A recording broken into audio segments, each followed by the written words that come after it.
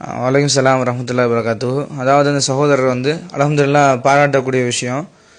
நம்ம கொடுத்த பதிலுக்கு இப்படி ஒரு ஹதீஸ் இருக்குது அப்படின்னு சொல்லிட்டு அவங்க 2-3 ஹதீஸை மென்ஷன் பண்ணி அல்ஹம்துலில்லாஹ் நல்ல ஒரு முயற்சி பண்ணி, அதாவது தெரிஞ்சுக்கிறணுமேங்கிற அடிப்படையில் அழகான முறையில் கேட்டிருக்கிறாங்க. அவங்களுடைய இல்முல எல்லா விஷயங்கள்லையும் அல்லாஹ் ரப்புல் ஆலமீன் எல்லா விதமான பரக்கத்துகளையும் செய்யட்டும். அதாவது முதலாவது ஒரு விஷயத்தை புரிஞ்சுக்கிறணும். ஹதீஸ் இல்லை அப்படின்னு சொன்னால் அது சஹீஹான ஹதீஸை தான் நம்ம எடுத்துப்போம். லைஃபான ஹதீஸுகளை நம்ம ஹதீஸ்னு நம்ம சொல்ல முடியாது. ஏன்னு சொன்னால் அது லைஃபான செய்திங்கிறத இமாம்கள் தொகுத்து வச்சுட்டு போயிட்டாங்க.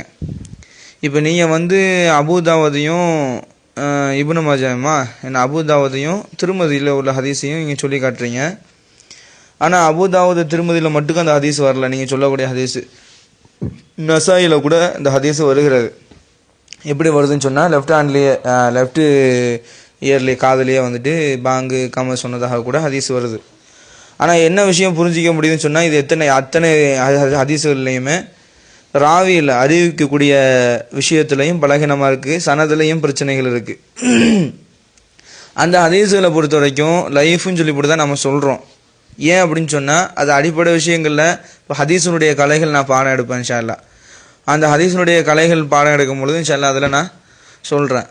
இந்த அறிவிக்கக்கூடிய அறிவிப்பாளர்களில் சின்ன ஒரு பிரச்சனையாக இருந்தால் கூட, அவர் பொய் சொல்கிறவராக இருந்தாலோ அல்லது மறதியில் இருந்தாலோ நோய்வாய்ப்பட்டு இருந்தாலோ அல்லது இருக்கும்போது அவர் என்ன கொள்கையில் இருந்தாருங்கிறத பார்த்து இந்த மாதிரி சில விஷயங்களை கொண்டு அவருடைய அந்த அந்த அறிவிப்பாளர் அறிவிச்சிருந்தாருன்னு சொன்னால் அந்த ஹதீஸை எடுத்துக்க மாட்டாங்க. அதே போல தான் இந்த ஹதீஸ். சரி, ஓகே, அப்படி ஒருவேளை இருந்திருந்தால் ரசூலுல்லாஹி ஸல்லல்லாஹு அலைஹி வஸல்லம் வலியுறுத்திருக்கணும். பேர குழந்தைக்கு மட்டும் இங்கே சொல்லிட்டு நிப்பாட்டி இருந்திருக்கக்கூடாது. ரசூலுல்லாஹி அலைஹி வஸல்லம் அவர்கள் அந்த செயல்பாட்டை என்ன செஞ்சுருக்கணும் அப்படின்னு சொன்னால் பின்னாடி வற்புறுத்திருக்கணும். அப்படி வற்புறுத்துறதாக நம்ம ஹதீஸுகளில் பார்க்க முடியாது.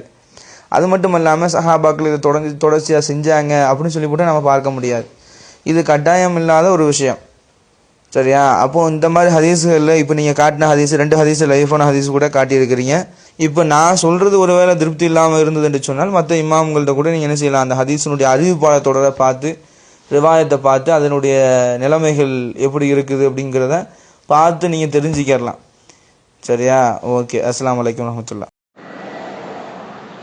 வலைக்கம் அஸ்ஸலாம் வரஹ்மத்துல்லாஹி வபரகாத். ஜஸாக்கல்லாஹு ஹைரன் ஹைரா.